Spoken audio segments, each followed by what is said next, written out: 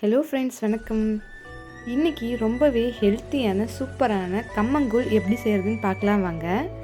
ஒரு கப் அளவு சோளம், அதே கப் அளவு கம்பு எடுத்து நல்லா ஊற வச்சு கழுவி க்ளீன் பண்ணி எடுத்துக்கோங்க. அதை ஒரு மிக்ஸி ஜாருக்கு மாற்றி தண்ணி விடாமல் கொரப்பாக அரைச்சி எடுத்துக்கோங்க. அரைச்சி எடுத்ததை ஒரு பாத்திரத்துக்கு மாற்றிட்டு கொஞ்சோண்டு தண்ணி ஊற்றி கை விட்டு நல்லா கரைச்சி வச்சுக்கோங்க. கை விட்டு கரைச்சாதான் மாவு நல்லா புளிச்சு வரும். இதை நெக்ஸ்ட் டே மார்னிங் தான் செய்ய போகிறோம். ஒரு நாள் முன்னாடியே ரெடி பண்ணி வச்சாதான் மாவு புளிச்சு வரும்.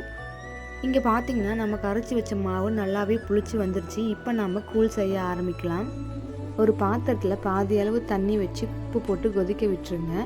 கொதித்து வந்ததும் நம்ம கரைச்சி வச்சுருந்த ரெசிபி அதில் ஊற்றி நல்லா கிளறிக்கிட்டே இருங்க. கிளறாமல் விட்டால் அடி பிடிச்சிரும். இப்போ பார்த்திங்கன்னா நம்ம நல்லா கூழ் கெட்டியாகி வந்துருச்சு. இதை ஒரு பாத்திரத்துக்கு ட்ரான்ஸ்ஃபர் பண்ணி உங்களுக்கு தேவையான உப்பு ஆட் பண்ணிக்கோங்க.